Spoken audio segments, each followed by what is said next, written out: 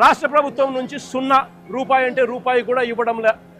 మరి నేను అడుగుతా ఉన్నా, ఇక 1.72 crores ఇంకొకటి నువ్వు ఇచ్చేది ఏందయ్యా బోడీ అని అడుగుతా ఉన్నా. విశాఖ స్టీల్ ప్లాంట్ ప్రమాదంలో గాయపడిన వారిని, మృతుల కుటుంబ సభ్యులను పరామర్శించారు జగన్. ప్రస్తుతం ప్రభుత్వం ప్రకటించిన 1,72,00,000 పరిహారం పూర్తిగా ప్రభుత్వ సహాయం కాదని జగన్ విమర్శించారు. ఆ మొత్తంలో ఎల్ఐసి, ఉద్యోగులకు సంబంధిత ప్రయోజనాలు, ఇతర చట్టబద్ధ ప్రయోజనాలు కూడా ఉన్నాయని పేర్కొన్నారు.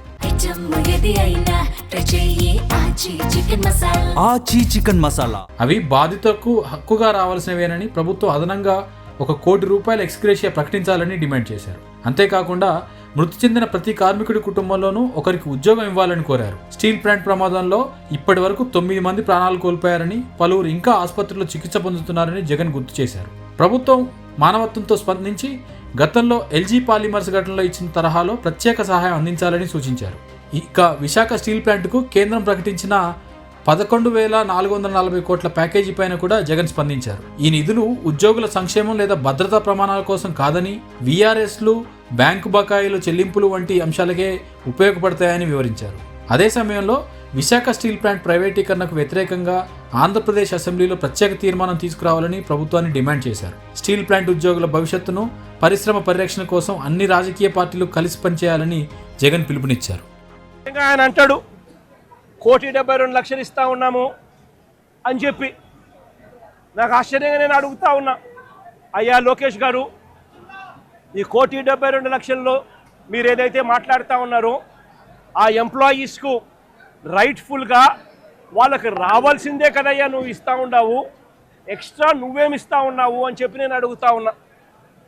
ఈ ఎంప్లాయీస్కి రావాల్సిన గ్రూప్ ఇన్సూరెన్స్ అయితేనేమి, ప్రావిడెంట్ ఫండ్ అయితేనేమి, గ్రాట్యుటీ అయితేనేమి, రిస్క్ ఇన్సూరెన్స్ అయితేనేమి, వీటి నేపథ్యంలో 1.45 crores వాళ్ళకే రావాల. ఆ తర్వాత కంపెనీనే మరో 25 లక్షలు ఇస్తూ ఉంది. అది కూడా విశాఖపట్నం స్టీల్ ప్లాంట్ కంపెనీయే ఇస్తూ ఉంది.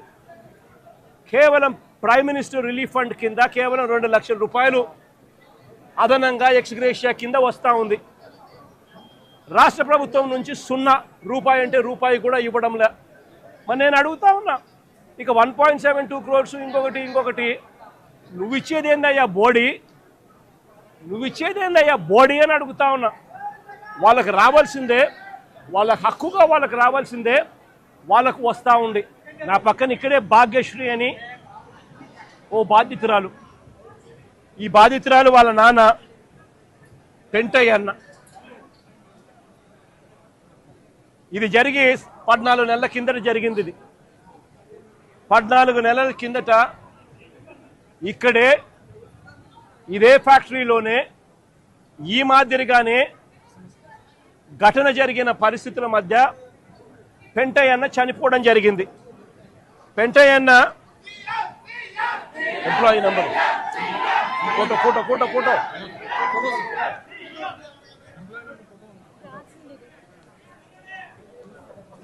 ఈ పెంటయ్య అన్న employee number 124185, permanent employee, regular employee.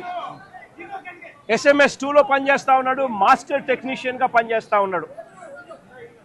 చనిపోయింది 1/4/2025. 1/4/2025 1st April 2025 చనిపోయాడు. నేను అడుగుతా ఉన్నా, ఈ పెంటయ్య అన్నకు కూతురు, ఇదిగో ఐడి కార్డు. ఈ పెంటయ్య అన్నకు కూతురు పేరేం పేరుమా? భాగ్యశ్రీ కూతురు. కొడుకు ప్రసాద్, నవీను ప్రసాద్. చనిపోయినప్పుడు ఉద్యోగాలు ఇస్తామన్నారు, నెలలోనే ఉద్యోగం ఇస్తామన్నారు పిల్లలకు. కాంపన్సేషన్ ఇస్తామని చెప్పినారు, ఇంతవరకు కాంపన్సేషన్ ఇవ్వాల. ఇంతవరకు జాబ్ లేదు. జాబ్ అడిగితే, కాంపన్సేషన్ అడిగితే నిర్దాక్షిణ్యంగా ఫైల్ పోయింది అని చెప్తా ఉన్నారు. ఆచి చికెన్ మసాలా.